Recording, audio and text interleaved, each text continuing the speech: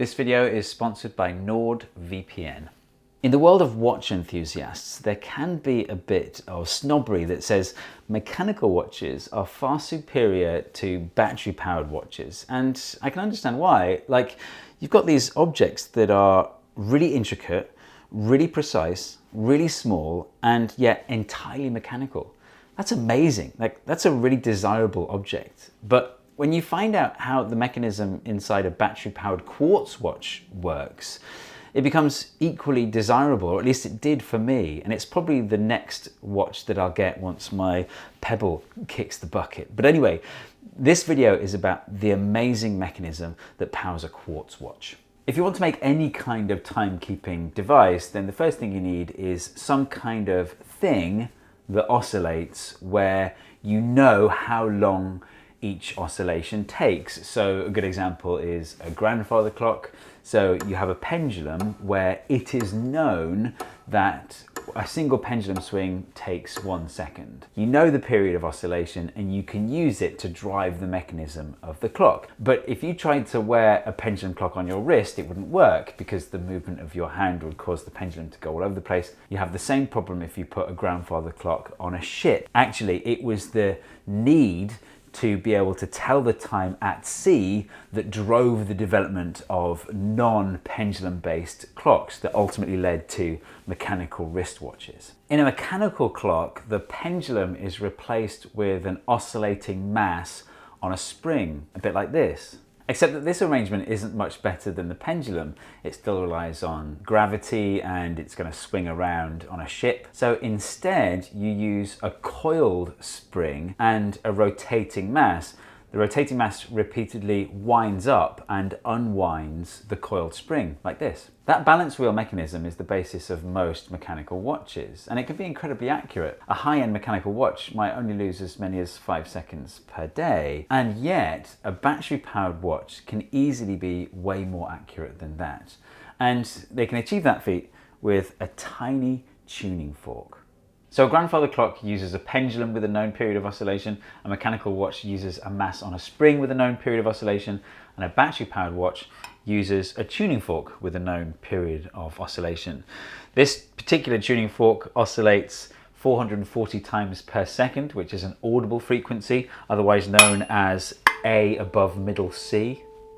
There it is. You may already have spotted a problem with using a tuning fork to keep time, which is that, well, you whack it to get it to vibrate, but then the vibration slowly dies down until it's not vibrating anymore. So how do you keep it vibrating? And also, how do you turn that vibration into the ticking of a clock?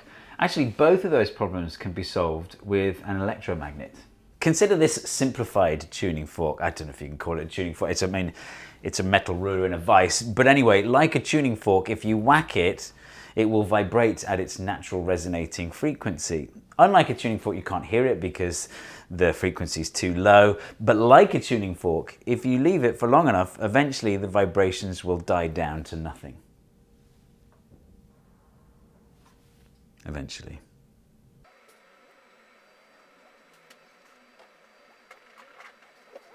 That'll do. I mean, there's a bit left. But now look at this setup. I've got an electromagnet here. These are the wires going into the electromagnet. This one's connected to a 9-volt power supply, but this one's just not connected to anything. So the circuit's broken, the electromagnet has no power. But the other end of the power supply goes into the ruler. So if I were to touch this wire against the ruler, the circuit would be complete and the electromagnet would turn on.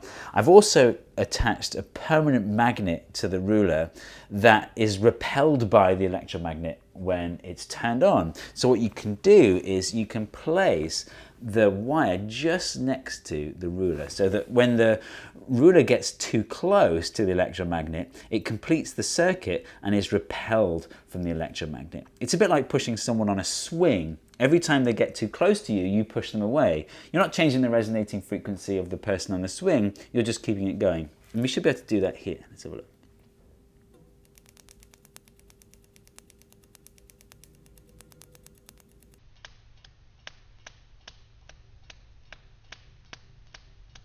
As a bonus, the current in this circuit that keeps turning on and off at regular intervals can also be used to regulate the ticking of the clock. A more sophisticated and miniaturized version of this setup can actually be found in watches manufactured between about 1940 and 1960. The Accutron had a tuning fork inside that would vibrate 360 times per second. So if you put the watch against your ear, you would hear this sound, which is nice. The real revolution came with the discovery of piezoelectricity. I explained the piezoelectric effect in my last video and why it arises in certain crystals, but a quick summary here: if you take a crystal of quartz and you cut it in just the right way and then deform the crystal by hitting it, for example, then you'll measure a voltage across the crystal. And conversely, if you apply a voltage across the crystal, then the crystal will deform. So if you look inside a digital watch or an analog watch that's battery powered, or the back of a battery powered wall clock, you will find this component. And if you take off the protective outer case, there it is, a crystal of quartz, of course in the shape of a tuning fork. If I flick this crystal, it will sing like a tuning fork, except that you won't be able to hear it because the frequency is too high for our ears. But because it's piezoelectric, it doesn't just produce this inaudible sound, it also produces a detectable oscillating voltage. This is a USB oscilloscope. So what you're seeing here is the voltage detected across the probes, and I've connected the quartz tuning fork to the probes. So at the moment there's nothing going on, but look, if I flick it, you see that wave pattern? So that's the voltage across the probes going up and down, because the piezoelectric crystal is flexing back and forth, so the voltage it produces is going up and down. We could take a screenshot and then try and work out what the frequency is, or we can switch to frequency view, where the scope is actually going to show us the frequencies. So now if I flick it, see that spike that appears? I've just put a little dashed line at 32.7 kilohertz, and look, when I flick it, that's exactly where the spike appears. Just like a tuning fork, the vibration is short-lived and you need to find a way to keep it going, like we did with the electromagnet. But with a piezoelectric tuning fork, you can do something really clever. You take the voltage coming off the tuning fork, that oscillating voltage, you run it through an amplifier, and then you feed it back into the tuning fork. And that's how you keep the tuning fork vibrating at its own natural resonating frequency. Here's the quartz crystal back in situ in that feedback amplification circuit. And look, here's that permanent spike now at 32.7 kilohertz. That measurement of 32.7 kilohertz is only accurate to 1 decimal place. And I happen to know that the actual real value is 32.768 kilohertz, or in other words, 32,768 hertz. The quartz crystals are calibrated in the factory to be that exact frequency. So they add gold to the tips of the tuning fork and then just slowly shave little bits off until the frequency is exactly right. Well, if you know your powers of 2, then you might have spotted that it's 2 to the power 15. But why is it that exact number? There's actually a clever reason for it. Well, there's 2 really clever reasons.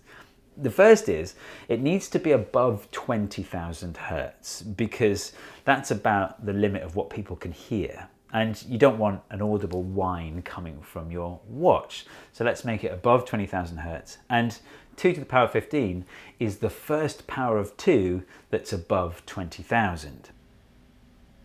But why does it need to be a power of 2? This is where it gets really clever, because you can take an oscillating signal like that and you can pass it through a chain of flip-flops, and it will turn that 32,768 hertz signal into a 1 hertz signal, 1 blip per second. And you can use that 1 blip per second to tick the second hand of your clock. And when I say chain of flip-flops, what do I mean? Well, a flip-flop is just a little bit of logic circuitry. I'm not going to go into how a flip-flop can be built out of AND gates and OR gates and things like that, but just know that a flip-flop can hold a state. So you give it a signal and it turns on, and it will stay on until you send it another signal, and then it will turn off, and it will stay off until you send it another signal. So let's see what happens when we chain 15 of these flip-flops together. Let's just look at the first flip-flop in the chain to begin with. So remember, you've got this signal coming in from the Quartz tuning fork, and that's a sine wave, but this is a digital device. It's a smart flip-flop, if you like. So this is expecting just on and off. There'll be some processing that takes that sine wave from the quartz crystal and turns it into a square wave like that. So you've either got on or off coming into this flip-flop. And the logic inside the flip-flop is arranged so that any signal that's coming in the on position, the flip-flop will flip as soon as the on signal turns off, right? So it's in the drop of the on signal, right? So here's the signal coming in, and as it drops, that's when it flips like that, okay? And then the next signal comes in, and just as that signal cuts off, it flips again, right? And then the third signal comes in and it flips. The fourth signal comes in and it flips, right? So that's the off position, that's the on position of the flip-flop. And you'll notice that the flip-flop flips into the on position every second signal coming in. So like all the odd signals coming in, it flips to the on position. So if you look at the frequency at which this flip-flop turns on, it's half the frequency of the incoming signal. And here's the clever bit. You take the signal out of this flip-flop and you feed it into the next flip-flop in the chain, right? So this flip-flop flips on. And remember, we've arranged the logic inside this flip-flop so it will flip or flop when the signal coming into it turns off, at the moment that it turns off. So at the moment that this turns off, this one turns on, like that, right? Then this one turns on again, and then at the moment that it turns off, this one turns off, right? And just considering these two on their own, you'll notice that this one flips half as often as this one, and this one turns on and off half as often as the signal coming in, right? And then you chain this one into this one. So you've got on, off, on, off, but then this one turns on when this one turns off, right? And so the whole thing happens again: on, off, on, off, and then this one turns off at the same time with the off signal from this one. The important thing is the frequency of flips and flops goes down by a half each time you progress along to the next flip-flop. And so think about that. You've got a signal coming in which is 32,768 hertz coming in. This is on and off half as often as that. Half of that is 16,384, sorry, there's no reason I'm looking over there, by the way. This one is half as often again, which is 8,192 ons per second, if you like. This is half of that, which is 4,096, and so on down the chain. These are powers of 2. So you've got a signal coming in with a frequency of 2 to the power 15. Then this has a frequency of 2 to the power 14. This has a frequency of 2 to the power 13, 2 to the power 12, 2 to the power 11, 10, 9, 8, 7, 6, 5, 4, 3, 2, 1. This is 2 to the power 1. That's the frequency of that. 2 to the power 1 is 2. So this has a frequency of 2 flip-flops per second. So this is 2 to the power 0 or 1. So this flips every second. I've actually got a redundant flip-flop here. You don't need 15, you need 14. That was my mistake. That's called an off by 1 error. It happens a lot in programming. So you use the signal from this flip-flop to power what's called a stepper motor, which is a motor that can turn by an exact amount every time it receives a voltage. So you can use that with a series of gears to move the second hand of your clock, and then some other gears to move the minute hand and the hour hand as well. And of course, because you're dealing with an electronic signal to begin with, you can avoid the mechanical world completely and just use that signal to drive an LCD display. And that's how a quartz watch works. Any halfway decent quartz watch is only going to lose about a second a day at the most, which is way more accurate than even a really high-end mechanical watch. But of course, a quartz watch isn't the most accurate way to keep time. The most accurate way we have now is with an atomic clock, but did you know this? An atomic clock still uses the vibration of a quartz crystal to keep time. It's just that it also uses atoms of cesium to tweak the vibrations of the quartz crystal if it seems to be drifting off. So yeah, even an atomic clock uses a quartz crystal. I'm not going to explain how an atomic clock works now because there are plenty of videos out there explaining that. The best video explanation that I've found is on the Everything channel. So I recommend you hop over there and watch that. I'll put a link in the end screen and in the description. But I also recommend you subscribe to that channel because lately he's been making these like cinematic, epic videos where you also learn about science. Really amazing. So head over there, watch the video about atomic clocks, but also subscribe. This whole video came about because I was looking at how computers know what time it is and how they synchronize around the globe using network time protocol, because I was doing a security audit and it turns out having an accurate time on your devices is important for security. Who knew? I was also looking at VPNs as well, so I decided to reach out to NordVPN to see if they sponsor this video, because that's the VPN that I use now. And so yeah, they're sponsoring this video. You know, this VPN stands for Virtual Private Network, but what it really means is that all your online activity is secure, it's anonymous, your IP address is hidden, everything's encrypted. You know, look, you've got nothing to hide, right? But all that data that's splurging out of your device is valuable and it can be used in ways which is not necessarily good for the user. As a bonus, by the way, if you ever get this message on YouTube that says this video can't be viewed in your country, with a VPN you can make your computer appear to be in a different country, and it's really easy to do through NordVPN. It's one of the things I like. You can get it on your computer, but it's also for Android and iOS devices. If you go to nordvpn.com/Steve now, you'll get 75% off, which is just $2.99 a month. And if you use the promo code Steve when you check out, you'll get the first 30 days absolutely free. So check out NordVPN today. I hope you enjoyed this video. If you did, don't forget to hit subscribe, and I'll see you next time.